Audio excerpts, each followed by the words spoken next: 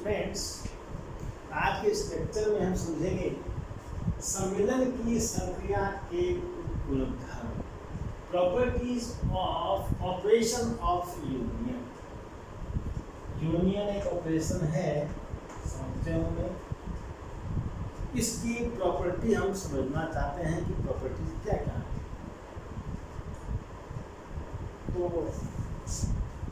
ये मैंने कुछ उसकी 4 प्रॉपर्टी लिखी हैं, उनको कॉपी में लिख लेंगे, पर 1 बाय 1 हम एक्सप्लेन करेंगे ताकि पहली प्रॉपर्टी है क्रम विनिमय नियम। क्या कहता है? क्रम विनिमय नियम, इस नियम के अनुसार क्रम बदला जा सकता है। क्रम का विनिमय किया जा सकता है, क्रम को बदला जा सकता है। क्या मतलब? किन्हीं 2 समुच्चयों ए और बी के लिए चाहे ए यूनियन बी निकालो या बी यूनियन ए निकालो, रिजल्ट सेम रहेगा। मेरे पास 2 सेट हैं ए और बी।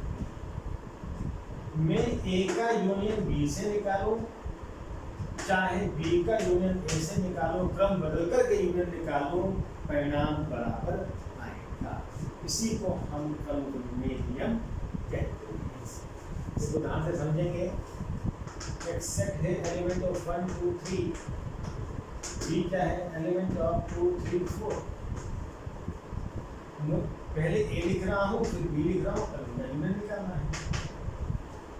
तो ए के एलिमेंट इकट्ठा करूंगा 1 2 3 और बी के एलिमेंट इकट्ठा करूंगा 2 3 4। 2 आ चुका है, 3 आ चुका है, 4 आगे। अब यदि क्रम बदल दूं मैं, बी यूनियन ए निकालूं,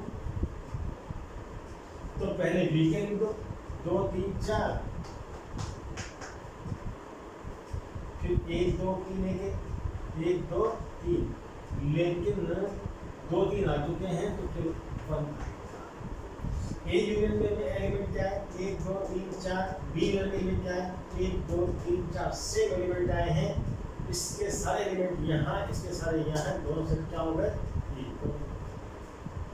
क्योंकि ओ यूनियन बी लिखते समय जब दोनों के एलिमेंट इकट्ठे करने हैं तो मुझे इससे तो फर्क नहीं पड़ता पहले मैं ए के लूं चाहे बी के लूं। इसीलिए क्रम विनिमय नियम होल्ड करता है। क्रम विनिमय नियम को अंग्रेजी में कहते हैं कम्यूटेटिव लॉ। क्या कहते हैं? कम्यूटेटिव लॉ, क्रम विनिमय नियम। इस नियम के अनुसार ए और बी का यूनियन निकालते समय उनका क्रम बदला जा सकता है। अब आता है दूसरा साहचर्य नियम। क्या कहता है? कि किन्हीं 3 समुच्चयों ए बी तथा सी के लिए जब साहचर्य नियम की बात होती है तो 3 चीजें ली, 3 सेट लेंगे, 2 पर नहीं होगा। माना मेरे पास 3 सेट हैं ए बी और सी, इनका यूनियन निकालना है। तो क्या करूंगा मैं? A union B union C लिखूंगा। क्या लिखूंगा? A union B union C. तीनों का यूनियन निकालना है। इन 3 समुच्चयों ए बी तथा सी के लिए जब इन 3 का यूनियन निकालूंगा तो यूनियन तो एक बार में 2 सेट का निकाल सकता हूँ, 3 का तो निकाल नहीं सकता। एक बार में 2 सेट ले सकता हूं तो सवाल उठेगा कि मैं पहले इन दोनों का निकालूं या इन दोनों का निकालूं। तो नियम ये कहता है, क्या मतलब? A union B union C और A union B union C. A B और सी का यूनियन निकालना था तो एक व्यक्ति क्या करता है? पहले इन दोनों का निकालता है, ए और बी का यूनियन। फिर वो एक सेट आएगा, उसका यूनियन सी के साथ निकालता है तो एक सेट बन जाएगा। दूसरे ने क्या किया? पहले इन दोनों का यूनियन निकाला, इन दोनों का निकाला तो इसको ब्रैकेट लगा दिया, फिर इनके यूनियन से जो सेट आया उसका यूनियन ए के साथ निकाला, तो इसका उसका परिणाम एक जैसा आएगा। इन दोनों यूनिट का बराबर है। साइचर नियम कहता है कि किन्हीं तीन समोच्चों ए, बी तथा सी के लिए चाहे पहले ए और बी का यूनियन निकाल करके उसका यूनियन सी के साथ निकालें, या बी और सी का यूनियन निकाल करके उसके साथ पहले वाले ए का यूनियन निकालें, रिजल्ट सेम आएगा, दोनों वैल्यूज बराबर। यही हमारा एसोसिएटिव लॉ है, साइचर नियम। साइचर नियम की जब बात होती है तो तीन चीजें ली जाती हैं, ठीक है। तो साइचर नियम के अनुसार किन्हीं तीन समोच्चों ए, बी, सी का यूनियन निकालना चाहते हैं तो चाहे प्रथम दो का यूनियन निकाल कर उसका यूनियन तीसरे के साथ निकाल लो, या अंतिम दो का यूनियन निकाल करके उसका यूनियन पहले के साथ निकाल दो, परिणाम बराबर आता है। दो नियम हो गए। तीसरा है तत्समक नियम, law of identity element. Law of identity ये क्या है? गणित में हम पहले पढ़ते थे, कक्षा 6 से पढ़ते आए हैं, हाई स्कूल में हमने पढ़ा कि भाई कोई धन पूर्णांक, कोई प्राकृतिक, कोई धन पूर्णांक 5 है, इसमें क्या जोड़ा जाए कि रिजल्ट यही आ जाए। आंसर क्या है? 0 को 5 में जोड़ने पर रिजल्ट 5 ही आएगा। तो इस 0 को कहता हमने तत्समक अवयव, identity element for operation addition. योग की संक्रिया का तत्समक अवयव क्या है? उसी के पैरेलल यहाँ भी तत्समक अवयव होता है। मान लीजिए मेरे पास कोई सेट है,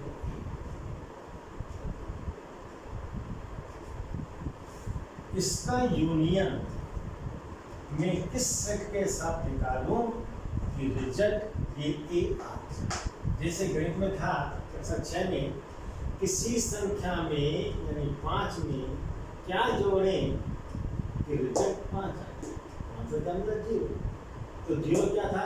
योग की संक्रिया के लिए, 0 योग की संक्रिया के लिए तत्समक अवयव कहलाता है। उसी प्रकार माना तो इस सेट मेरे पास ए है, मैं जानना चाहता हूं कि ए का यूनियन किस सेट के साथ निकाला जाए कि रिजल्ट यही आए। क्या ऐसा सेट एग्जिस्ट करता है? बिल्कुल करता है। वो सेट हमारा अब ए का यूनियन 5 के साथ निकालेंगे तो रिजल्ट यही आएगा। तो यहाँ पर 5 क्या कहलाएगा? यूनियन ऑपरेशन के लिए आइडेंटिटी एलिमेंट कहलाएगा। सम्मिलन की संक्रिया के लिए तत्समक अवयव कौन है? Set 5। 5 is identity element for operation. तो तत्समक नियम क्या कहता है? किसी समुच्चय ए के लिए ए यूनियन 5 बराबर ए होता है, और वहाँ 5 क्या है? 5 संक्रिया सम्मिलन के लिए यानी यूनियन की संक्रिया के लिए तत्समक अवयव है। ठीक है, एग्जाम्पल ले सकते हैं हम। एक सेट लिया हमने 1, 2 का, इसका यूनियन मैं किस सेट से निकालूं कि ए। भाई ए का यूनियन इस सेट के साथ निकालना रिजल्ट नहीं आना चाहिए, यही सेट आना चाहिए। तो यहाँ जब वित्तीय समुच्चय लूंगा तभी दोनों के इकट्ठा करने को यही तो आएगा। यहाँ कोई उसके अलावा कोई ले लो, माना यहाँ पे मैंने 4 का सेट, तो 40 के साथ मिलेगा तो कोई जरूरी नहीं आ जाए। ठीक है, 5 लिखने पर ही ऐसा आएगा। 5 का मतलब एक ही इकट्ठे करने, 5 के इकट्ठे, 5 में तो एलिमेंट है नहीं, तो एक ही तो आएंगे यहाँ पर, सिर्फ ए आएगा। A union 5 equal to. Five को कहते हैं आइडेंटिटी एलिमेंट फॉर ऑपरेशन संबंध की संक्रिया के लिए तथ्य। इसका एक पार्ट और है, किसी समुच्चय ए के लिए ए यूनियन यूनिवर्सल सेट इज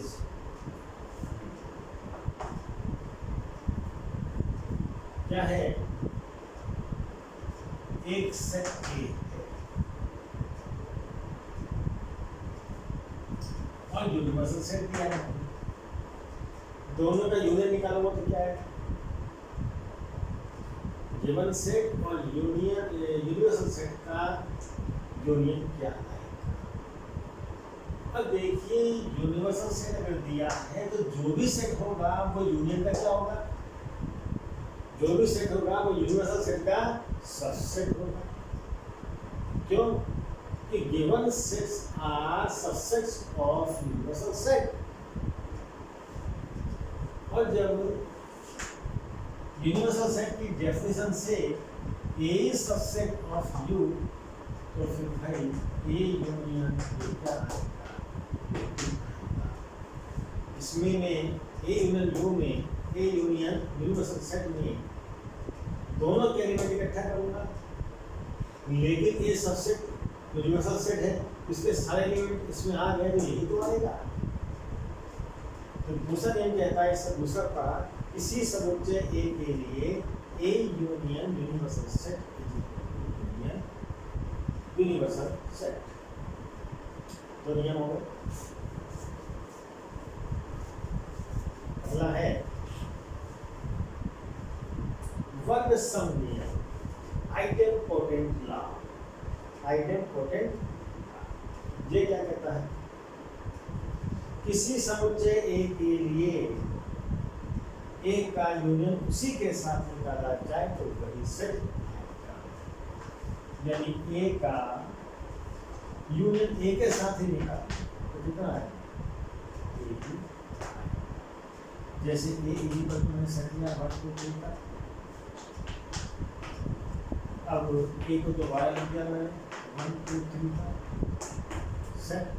अब कोई कहे भाई ए यूनियन ए निकालो, इन दोनों के एलिमेंट इकट्ठा करो, तो इसके इकट्ठे के तो 1 2 3 यही तो दोबारा लिखा है, ये तो दोबारा इकट्ठा करूंगा तो रिपीट हो जाएंगे सारे, दोबारा लिखने की आवश्यकता नहीं है, तो वही मिलेगा 1 2 3 का सेट। ये था मेरा आइडिया।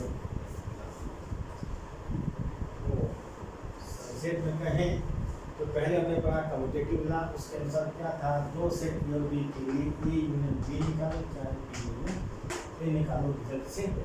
फिर था एसोसिएटिव लॉ, सार्टर नियम।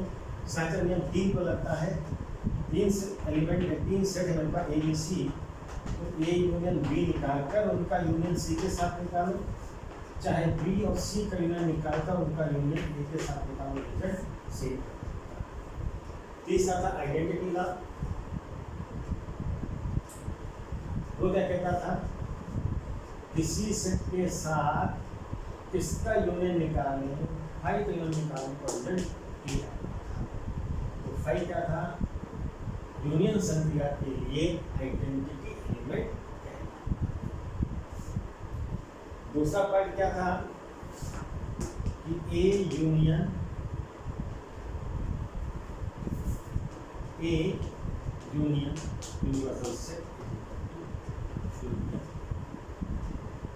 Universal set, A union universal set is equal to universal set. Last बात था वर्ग सम नियम कि ए का यूनियन ए के साथ